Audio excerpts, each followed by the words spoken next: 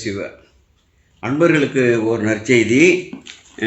தொண்டலாம் மலர் தூவி ஏத்த இருக்கக்கூடிய பெருமான் அடியார்தம் அன்பரே.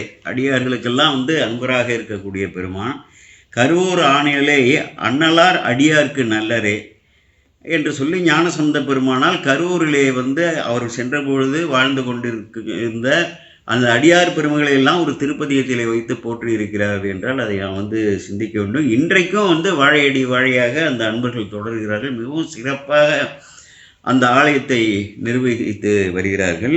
அந்த திருப்பதியத்தை படித்தால் சிந்தையில் வரக்கூடிய துயரெல்லாம் தீரும் என்பது பாருங்கள். அங்கே நமக்கு தெரியும், புகழ்ச்சோழ நாயனார், எரிபத்த நாயனார் இருவர் வரலாற்றையும் நாம் பிரித்து பார்க்க முடியாது. ஆண்டுதோறும் அந்த திருத்தலத்தை சார்ந்த, அதாவது அர்த்தஜாம பூஜை, அடியார்கள் அறக்கட்டளை பிற அன்பர்களோடு கூடி மிக மிக சிறப்பாக பிற திருத்தலங்களிலே உள்ள அடியார் பெருமக்கள் எல்லாம் பின்பற்றுவதற்கு ஒரு முன்னுதாரணமாக இந்த விழாவை சீரும் சிறப்புமாக எடுத்து நடத்தி வருகிறார்கள். அதாவது ஆணையை துணித்த விழா என்ற பெயரை எரிபத்த நாயனார் சிவகாமி ஆண்டாருக்காக அந்த ஆணையை பட்டத்தாணியை வெட்டி வீழ்த்திய அந்த வீர வரலாறு நான் தனியாகவே புகழ்ச்சோழ நாயனார், எரிபத்த நாயனார் வரலாறுகள் எல்லாம் பாடலுக்கு பாடல் முன்னதாக பதிவு செய்திருக்கிறேன். அதையும் நான் இங்கே பதிவு செய்கிறேன். ஸ்ரீ கல்யாண பசுபதி ஈஸ்வரர், அலங்காரவல்லி சௌந்தர நாயகி அம்மைகள் பெயர். அங்கே உமாமகேஸ்வரர், பைரவர், எரிபத்த நாயனார், புகழ்ச்சோழ நாயனார், சிவகாமி ஆண்டார் இவர்களுக்கெல்லாம் அபிஷேக ஆராதனைகள்.